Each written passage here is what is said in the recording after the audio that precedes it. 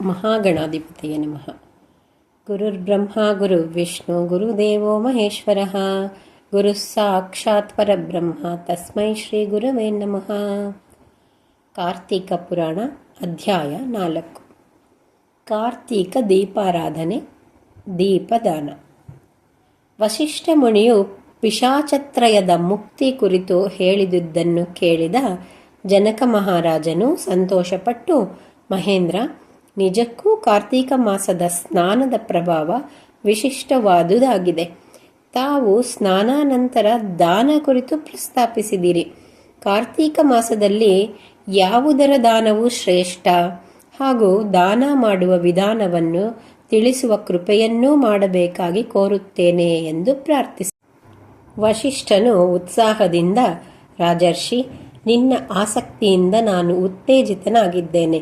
ಮನುಷ್ಯರಾಗಿ ಹುಟ್ಟಿದವರು ದಾನ ಮಾಡುವ ಗುಣವನ್ನು ಹೊಂದಿದ್ದರೆ ಸಾಕು. ಯಾವಾಗ ಯಾವುದೇ ದಾನವನ್ನು ಮಾಡಿದರೂ ಸತ್ಫಲ ಪಡೆಯುತ್ತಾರೆ. ಆದರೆ ಕಾರ್ತೀಕ ಮಾಸದಲ್ಲಿ ಮಾಡಿದ ದಾನಕ್ಕೆ ವಿಶೇಷ ಫಲವಿರುತ್ತದೆ. ಕಾರ್ತೀಕ ಮಾಸದಲ್ಲಿ ದೀಪಾರಾಧನೆಗೆ ವಿಶಿಷ್ಟ ಮಹತ್ವವಿರುತ್ತದೆ. ದೀಪದರ್ಶನ ಶಿವನಿಗಾಗಲಿ ವಿಷ್ಣುವಿಗಾಗಲಿ ಪರಮ ಪ್ರಿಯವಾಗಿರುತ್ತದೆ. ದೀಪವನ್ನು ಶಿವ ದೇವಾಲಯಗಳಲ್ಲಾಗಲಿ ವಿಷ್ಣು ದೇವಾಲಯದಲ್ಲಾಗಲಿ ಮುಸ್ಸಂಜೆಯಲ್ಲಿ ದೇವರ ಸನ್ನಿಧಿಯಲ್ಲಾಗಲಿ ಪ್ರಾಕಾರದಲ್ಲಾಗಲಿ ದ್ವಾರದಲ್ಲಿ ಅಥವಾ ಗೋಪುರದಲ್ಲಾಗಲಿ ಯಾರೇ ಆಗಲಿ ಹಚ್ಚಿದರೆ ಅವರ ಪಾಪಗಳೆಲ್ಲವೂ ನಾಶವಾಗುತ್ತದೆ. ದೀಪ ಹಚ್ಚಿದ ಹಣತೆ ಅಥವಾ ದೀಪಸ್ತಂಭವನ್ನು ಬ್ರಾಹ್ಮಣರಿಗೆ ದಾನ ಮಾಡಬೇಕು. ಇದು ಸರ್ವಶ್ರೇಷ್ಠವಾದ ದಾನವಾಗಿರುತ್ತದೆ. ಹಸುವಿನ ತುಪ್ಪದಿಂದ ದೀಪ ಹಚ್ಚಿದವರು ವಿದ್ವಜ್ಜನ ಮಾನ್ಯರು, ಪರೋಪಕಾರ ಬುದ್ಧಿಯುಳ್ಳವರೂ ಆಗುತ್ತಾರೆ. ಎಳ್ಳೆಣ್ಣೆ, ಹಿಪ್ಪೆ ಎಣ್ಣೆ, ಕೊಬ್ಬರಿ ಎಣ್ಣೆಗಳಿಂದಲೂ ದೀಪ ಹಚ್ಚಬಹುದು. ದೀಪ ಹಚ್ಚುವವರು ಪರಿಪೂರ್ಣ ಭಕ್ತಿಯಿಂದ ಶ್ರೀದೇವರ ಸನ್ನಿಧಿಯಲ್ಲಿ ಪರಮಾತ್ಮನ ಸ್ಮರಣೆ ಮಾಡುತ್ತಾ ದೀಪ ಹಚ್ಚಬೇಕು. ಅಂಥವರಿಗೆ ವೈಕುಂಠವಾಗಲಿ ಕೈಲಾಸದ ಸಾನ್ನಿಧ್ಯವಾಗಲಿ ದೊರೆಯುವುದು. ಸಿರಿವಂತರಾಗಿ ಪುಣ್ಯವಂತರಾಗಿ ಭೂಲೋಕದಲ್ಲಿ ಸಮಸ್ತ ಸುಖಗಳನ್ನೂ ಅನುಭವಿಸುವವರು. ದೀಪಾರಾಧನೆ ಮಾಡಿ ಧನ್ಯರಾದವರುಂಟು. ಅಂಥ ಒಂದು ಕಥೆಯನ್ನು ಹೇಳುತ್ತೇನೆ, ಕೇಳು. 56 ದೇಶಗಳಲ್ಲಿ ಒಂದಾದ ಪಾಂಚಾಲ ದೇಶವನ್ನು ಹಿಂದೆ ಒಬ್ಬ ರಾಜನು ಆಳುತ್ತಿದ್ದನು. ಅವನು ಅಪಾರ ಐಶ್ವರ್ಯವಂತನಾಗಿದ್ದನು.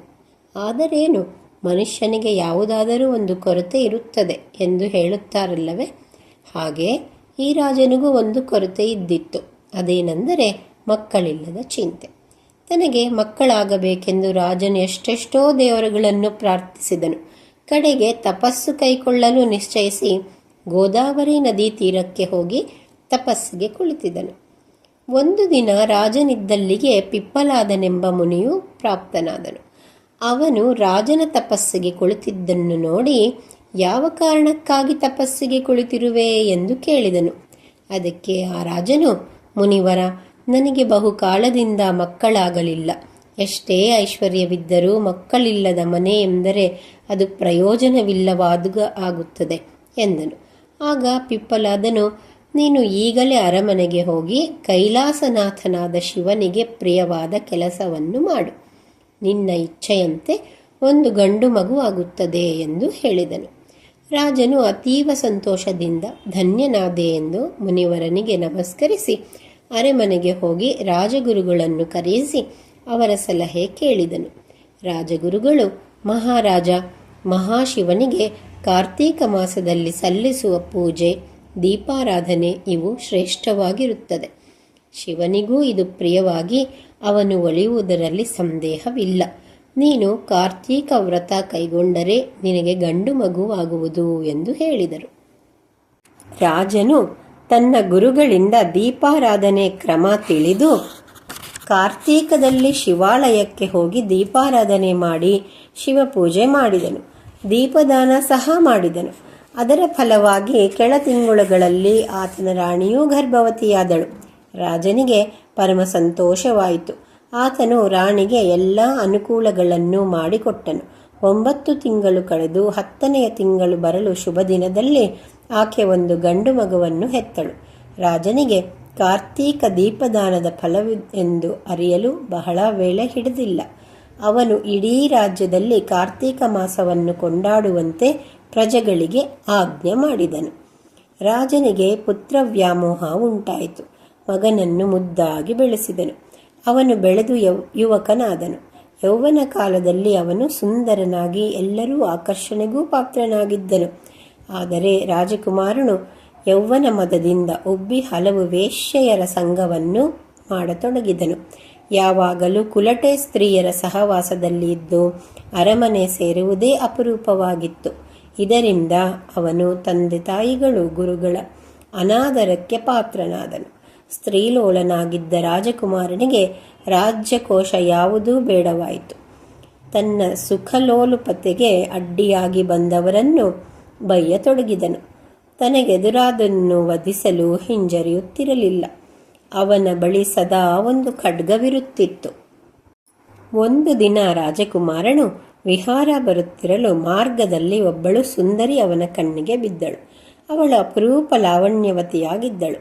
ಅವಳು ಒಬ್ಬ ಬ್ರಾಹ್ಮಣನ ಹೆಂಡತಿಯಾಗಿದ್ದಳು. ಅವಳನ್ನು ನೆನೆದೊಡನೆ ರತಿಲೋಲನಾಗಿದ್ದ ರಾಜಕುಮಾರನಿಗೆ ಅವಳಲ್ಲಿ ಮೋಹ ಉಂಟಾಯಿತು. ಅವಳು ತದೇಕ ದೃಷ್ಟಿಯಿಂದ ರಾಜಕುಮಾರನನ್ನು ನೋಡಿ ಅವನೊಡನೆ ಸೇರುವ ಮನಸ್ಸು ಮಾಡಿದಳು.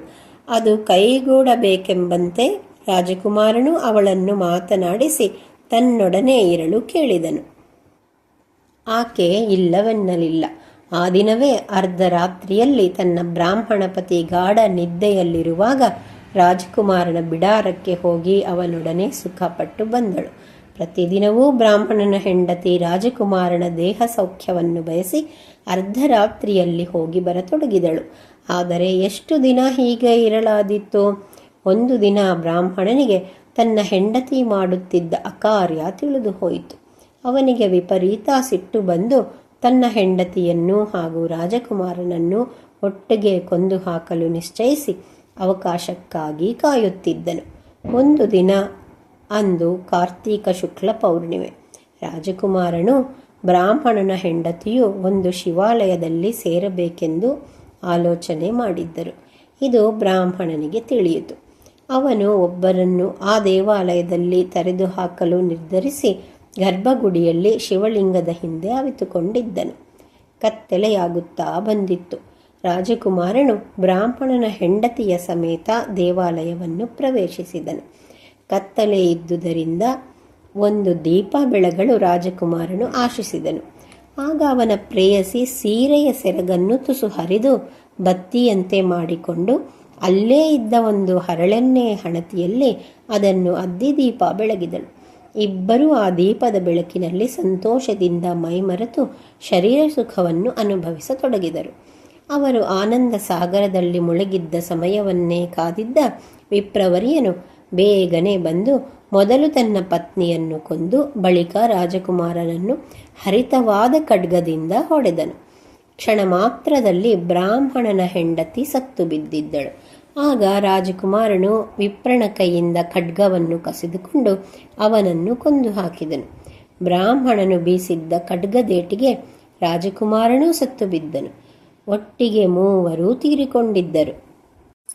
ಸ್ವಾರಸ್ಯದ ಸಂಗತಿ ಎಂದರೆ ಕೈಲಾಸದಿಂದ ಬಂದ ಶಿವಗಣಗಳು ರಾಜಕುಮಾರನನ್ನು ಹಾಗೂ ಬ್ರಾಹ್ಮಣನ ಪತ್ನಿಯನ್ನು ವಿಮಾನದಲ್ಲಿ ಕೂಡಿಸಿಕೊಂಡು ಕೈಲಾಸಕ್ಕೆ ಒಯ್ಯಲು ಸಿದ್ಧರಾದರು. ಆದರೆ ಪಂಡಿತನೂ ವಿದ್ಯಾವಂತನೂ ಆಗಿದ್ದ ಬ್ರಾಹ್ಮಣನನ್ನು ಯಮಕಿಂಕರರು ಯಮಲೋಕಕ್ಕೆ ಒಯ್ಯುವ ಸನ್ನಾಹದಲ್ಲಿದ್ದರು. ಆಗ ಬ್ರಾಹ್ಮಣನು ಶಿವದೂತರಿಗೆ, ಅಯ್ಯ, ನೀವು ಮಾಡುತ್ತಿರುವುದು ನ್ಯಾಯವೇ? ನೀವು ವಿಮಾನದಲ್ಲಿ ಕೂರಿಸಿಕೊಂಡಿರುವ ಇವರಿಬ್ಬರು ವ್ಯಭಿಚಾರ ಮಾಡಿ ಪಾಪಿಗಳಾಗಿದ್ದಾರೆ. ನಾನು ತಪಸ್ವಿಯೂ ವೇದವಿದನೂ ಆಗಿರುವೆ. ನನ್ನನ್ನು ಮಾತ್ರ ಯಮಭಟರು ಬಂಧಿಸಿದ್ದಾರೆ. ಇದು ಸರಿಯಲ್ಲ, ಧರ್ಮ ವಿರುದ್ಧ ಎಂದು ಹೇಳಿದರು. ಆಗ ಶಿವದೂತರು ಬ್ರಾಹ್ಮಣನಿಗೆ, ಇರಬಹುದು, ಆದರೆ ಕಾರ್ತೀಕ ಶುಕ್ಲ ಹುಣ್ಣಿಮೆ ಸೋಮವಾರವಾದ ಇಂದು ಯಾರೇ ಆಗಲಿ, ಅವರು ಎಷ್ಟೇ ಪಾಪಿಗಳಾಗಿರಲಿ, ತಿಳಿದೋ ತಿಳಿಯದೋ ದೀಪಾರಾಧನೆ ಮಾಡಿದರೆ ಅವರ ಪಾಪಗಳೆಲ್ಲವೂ ನಾಶವಾಗಿ ಮೋಕ್ಷ ಪಡೆಯುವವರು. ರಾಜಕುಮಾರನು ದೀಪ ಹಚ್ಚುವ ಬಯಕೆ ತೋರಿದಾಗ ಈಕೆ ತನ್ನ ಸೀರೆಯ ಸೆರಗನ್ನೇ ಹರಿದು ಬತ್ತಿ ಮಾಡಿಕೊಟ್ಟಳು. ಹಣತೆಯಲ್ಲಿ ದೀಪ ಬೆಳಗಲು ಅವಳಿಗೆ ರಾಜಕುಮಾರನೂ ನೆರವಾದನು. ಆದುದರಿಂದ ಇಬ್ಬರೂ ಮುಕ್ತಿ ಹೊಂದಲು ಅರ್ಹರಾಗಿದ್ದಾರೆ ಎಂದರು. ಶಿವದೂತರು ಹೇಳಿದ್ದುದನ್ನು ಕೇಳಿದ ರಾಜಕುಮಾರನು, ಶಿವದೂತರೇ, ನಿಮ್ಮ ನಿರ್ಧಾರ ಸರಿಯಾದುದಲ್ಲ. ಈ ದಿನ ನಾವು ಕಾರಣಗಳೇನೇ ಇರಲಿ ಮೂವರು ಒಂದೇ ಸಮಯದಲ್ಲಿ ಶಿವಾಲಯದಲ್ಲಿ ಮರಣವನ್ನು ಪಡೆದಿದ್ದೇವೆ. ಆದುದರಿಂದ ಪುಣ್ಯ ಪಾಪಗಳ ವಿಷಯದಲ್ಲಿ ಮೂವರಿಗೂ ಸಮಪಾಲಿರಬೇಕಾಗುತ್ತದೆ. ನಾನು ದೀಪವನ್ನು ಬ್ರಾಹ್ಮಣನಿಗೆ ದಾನ ಕೊಡುವ ಅಭಿಲಾಷೆ ಉಳ್ಳವನಾಗಿದ್ದೇನು. ಅಂದ ಮೇಲೆ ಅವನನ್ನು ಯಮಭಟರಿಂದ ಬಿಡಿಸಿ ನಿಮ್ಮೊಡನೆ ಬರಲು ಅವಕಾಶ ಮಾಡಿಕೊಡಿ ಎಂದು ವಿನ್ನವಿಸಿಕೊಂಡನು. ಶಿವದೂತರು ರಾಜಕುಮಾರನು ಹೇಳಿದ್ದು ಸರಿ ಎಂದು ಒಪ್ಪಿಕೊಂಡು ಯಮದೂತರಿಗೆ ಬ್ರಾಹ್ಮಣನನ್ನು ಬಿಟ್ಟುಕೊಡಲು ಹೇಳಿದರು. ಯಮಕಿಂಕರರ ಬಂಧನದಿಂದ ಮುಕ್ತನಾಗಿ ಬ್ರಾಹ್ಮಣನು ಶಿವದೂತರು ತಂದಿದ್ದ ವಿಮಾನದಲ್ಲಿ ಕುಳಿತು ಕೈಲಾಸವನ್ನು ಸೇರಿದನು. ಹೀಗೆ ಕಾರ್ತೀಕ ಶುಕ್ಲ ಹುಣ್ಣಿಮೆ ಸೋಮವಾರದಂದು ಶಿವಾಲಯದಲ್ಲಿ ದೀಪಾರಾಧನೆ ಮಾಡಿದ ಫಲವಾಗಿ ರಾಜಕುಮಾರ ಹಾಗೂ ಬ್ರಾಹ್ಮಣನ ಪತ್ನಿ ಎಷ್ಟೇ ಪಾಪಿಗಳಾಗಿದ್ದರೂ ಮೋಕ್ಷ ಪಡೆದರು. ತಿಳಿಯದೆ ಆಚರಿಸಿದ ದೀಪಾರಾಧನೆಯಿಂದ ಇಷ್ಟೊಂದು ಫಲವಿರುವಾಗ ಯಾರೇ ಆಗಲಿ ಕಾರ್ತೀಕ ಮಾಸದಲ್ಲಿ ದೀಪಾರಾಧನೆ ಮಾಡುವುದು ಅತ್ಯಂತ ಶುಭಕರ. ಇದರಿಂದ ಪುನರ್ಜನ್ಮವಿರದೆ ಹರಿಸಾನ್ನಿಧ್ಯವನ್ನು ಹೊಂದುವರು. ಉಪೇಕ್ಷಿಸಿದವರು ನರಕಭಾಜನರಾಗಿ ಗಂಡಾಂತರಕ್ಕೀಡಾಗುವರು. ಆದ್ದರಿಂದ ಜನಕ ಮಹಾರಾಜ, ಶಿವಾಲಯದಲ್ಲಿ ನೀನೂ ಸಹ ಕಾರ್ತೀಕ ಮಾಸದಲ್ಲಿ ದೀಪಗಳನ್ನು ಬೆಳಗಿ ಧನ್ಯನಾಗು. ಇದರಿಂದ ಮೋಕ್ಷವೂ ದೊರೆಯುವುದು, ಪರಬ್ರಹ್ಮನಲ್ಲಿ ಐಕ್ಯವಾಗುವಿ ಎಂದು ಕತೆ ಹೇಳಿ ಮುಗಿಸಿದನು ಎಂಬಲ್ಲಿಗೆ ಅಧ್ಯಾಯ 4 ಮುಗಿಯಿತು. ನಾಳೆ ಅಧ್ಯಾಯ 5. ಸರ್ವೇ ಜನ ಸುಖಿನೋ ಭವಂತು.